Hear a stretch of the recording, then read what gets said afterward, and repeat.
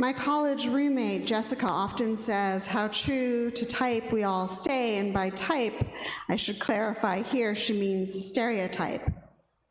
It used to annoy me a great deal when she said it, but in the decades that she has been repeating that, she has not been wrong. Not about herself, and certainly not about me. I was reminded of that again when I first heard the personal conversion story told by the Reverend Dr. Fred Muir, Minister Emeritus of the Unitarian Universalist Church of Annapolis. He originally recounted it at a 2012 Berry Street lecture that later formed the basis of his 2016 collection titled Turning Point, Essays on a New Unitarian Universalism. There he talks about a class on American Transcendentalism he attended during the spring term of his junior year when they discussed Ralph Waldo Emerson's famous Divinity School address. Nothing is at last sacred but the integrity of your own mind, the sage of Concord declared. Absolve you to yourself, and you shall have the suffrage of the world. Hearing his proclamations, Reverend Muir decided that he must be the same religion that Emerson was. My conversion story is only a slightly modified version of his. I, too, was taking a class in American Transcendentalism, only it was in the fall term of my senior year. I'm not sure that Emerson alone could have convinced me to become a Unitarian Universalist. It was as much the company he kept in Concord and its environs that gave me a glimpse of the potential that such transcendent thought held for everyone, myself and my contemporaries included. I read these writers' collected works as if they were sacred texts, and they still sit on my bookshelves in a place of pride today. While I look to them for inspiration, I now do so much less often than I did in earlier years. Eventually, Reverend Muir wrote, he realized that soaring Emersonian insight that brought him into Unitarian Universalism could never have kept him in a UU congregation or in its ministry or even in the faith tradition. It seemed too individualistic to keep anyone in a spiritual community, and indeed that proved to be the case for Emerson himself, who in 1832 left his church pulpit for the public lecture circuit. According to Reverend Muir, Emerson actually provides us with a primary error in what he counts as a series of 3 errors. In Turning Point, he writes that our religious past is replete with errors shaped by individualism, exceptionalism, and a posture of anti-authoritarianism. These errors have become barriers preventing us from embracing our future, Reverend Muir concludes, and moving confidently ahead into the 21st century. He terms these legacies our trinity of errors, which is unusual terminology for any Unitarian to use. It suggests, though, that there is a serious religious damage done by the dynamic interplay of individualism, exceptionalism, and anti-authoritarianism in our congregation. Reverend Muir contrasts individuality, something most of us here in the sanctuary today would certainly prize as a virtue, with individualism, which makes each of us the reference point of all relevance and the final arbiter of all value. The most individualistic among us will ask, how does Unitarian Universalism meet my own needs, advance my particular aims, confirm my unique sense of self, bring me personal satisfaction? Exceptionalism similarly centers us as a special set of individuals with a privileged vantage. We know things that others cannot, in ways others cannot, with a surety that they can never grasp. It presumes that we know ourselves exceptionally well, which usually we do not, and that we know others better than they know themselves, that we comprehend their motivations and intentions, and also their blind spots. on spiritual concerns, social issues, and political matters too. What could the uninitiated come-inners have to teach or offer us? According to Reverend Muir, such a mindset not only suggests that we are a small assembly, it actually keeps us small. Our anti-authoritarianism is a clear consequence of individualism and exceptionalism combined, because who possibly could tell us what to do, given who we are and what we know? Whatever positions certain persons might occupy or whatever responsibilities they might hold in our communities, even if we have assigned them one or both, is almost irrelevant. Our job somehow is to remain vigilant against any mistakes on their part. When Reverend Muir considers our collective prospects, he thinks that they will be improved to the extent that we can all wholeheartedly embrace what he terms the Trinity of Promises, another threesome. He encourages us to envision a future to be constructed with the promises shaped by our theology and history, the promises of generosity, pluralism, and imagination. These promises, as promises often are a future waiting to be lived and loved, he reminds us. But they also have a precedent.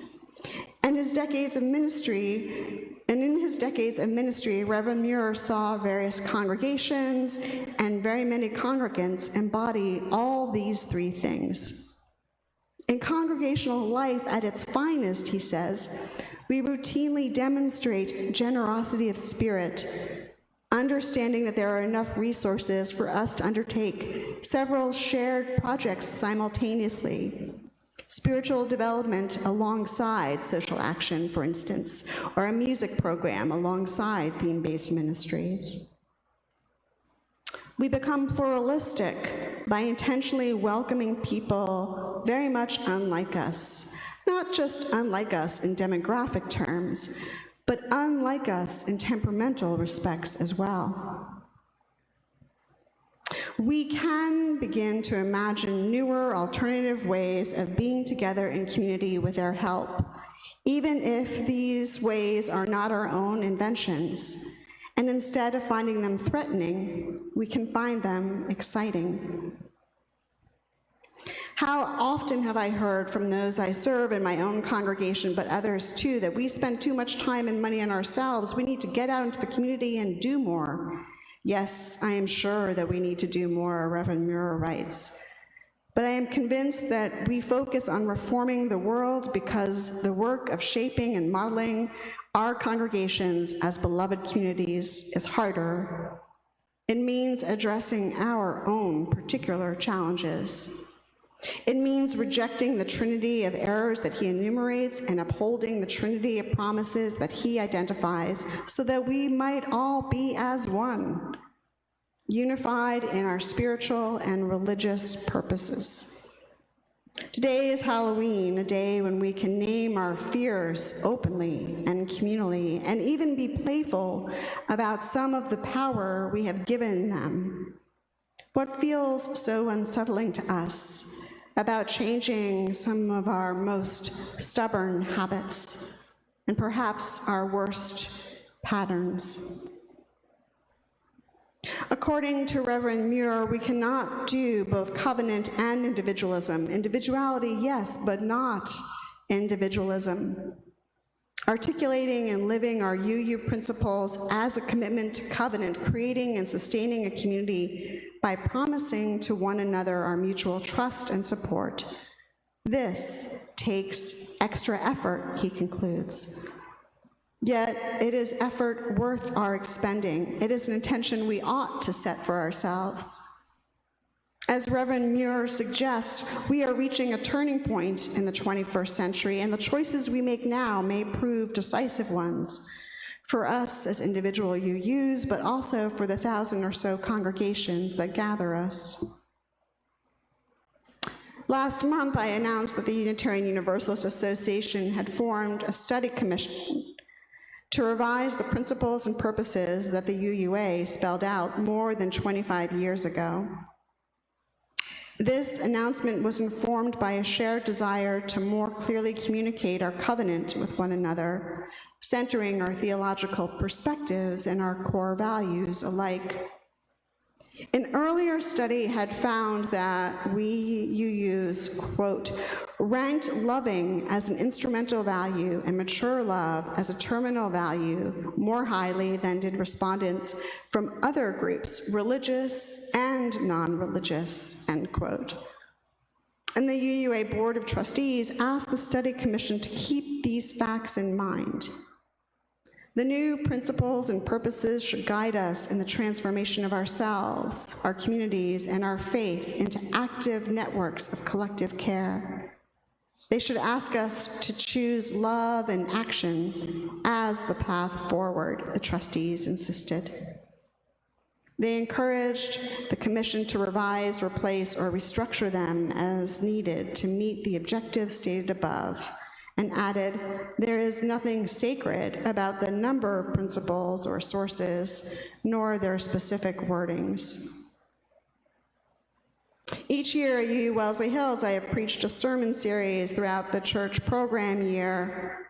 My first year, I preached about the Reverend David O. Rankin's 10 UU beliefs. Then I preached about our 6 spiritual sources. Last year, I preached about the Reverend James Luther Adams' 5 smooth stones of liberal religion, and in this, my 4th and final year with you, I intended to preach on the 7 UU principles.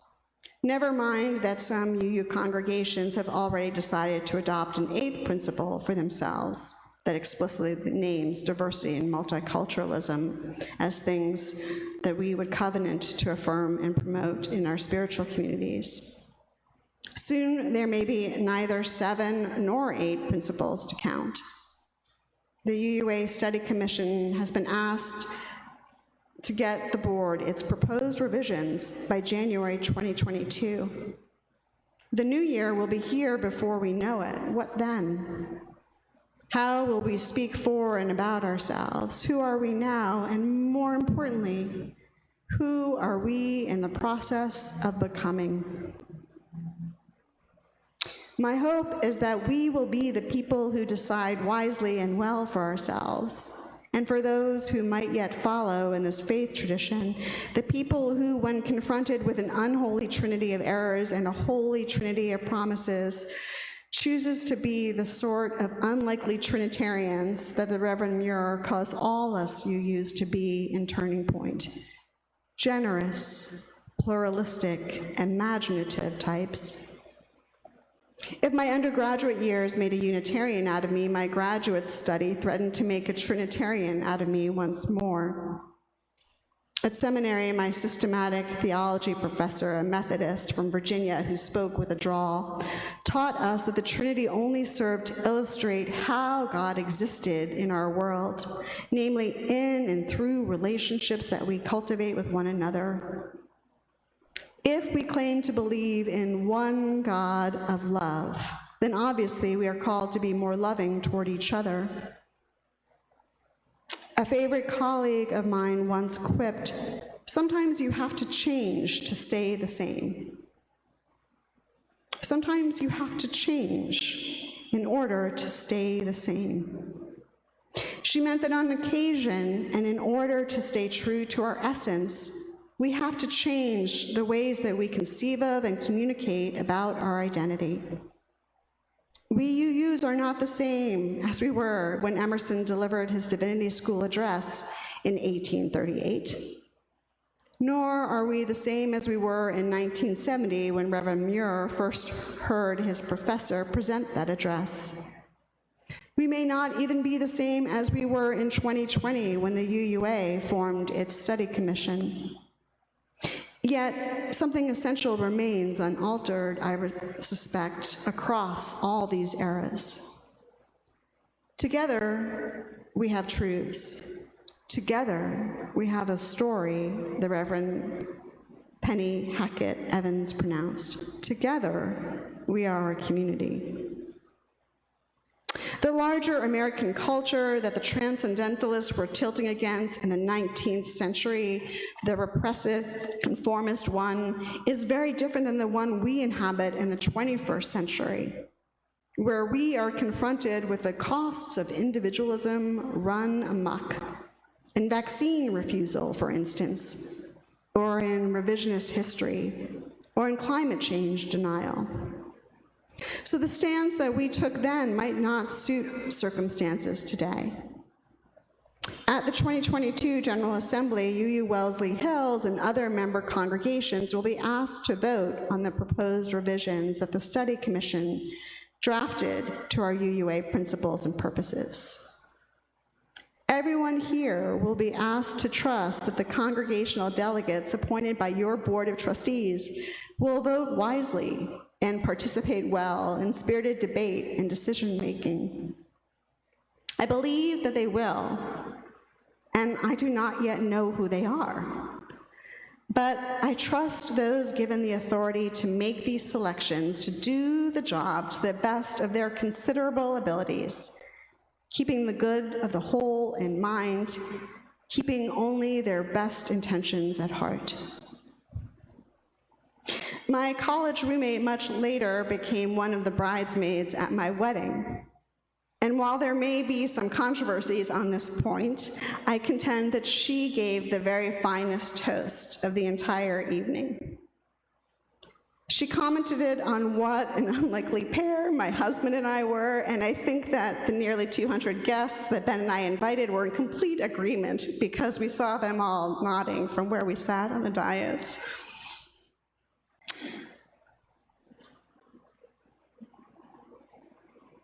Then Jessica noted what unlikely friends she and I were and had been for decades, just at a glance. She was tall and tomboyish, I was small and girly. She was raised in the Midwest, I was a child of the Northeast. She was athletic and outdoorsy, while I was a bookish creature of comfort. She ate a wholesome diet, while I had a sweet tooth. She had a commitment to Eastern traditions, while I was steeped in Western religions. She is Germanic, while I am Celtic. She is precise, measured, and exacting, while I am intuitive, quick-witted, and impressionistic. The list went on, and once more, Jessica was right about everything, to my considerable annoyance, and she and I remained tiresomely true to our type. Although I think we have each helped one another to evolve into the highest expression of those types.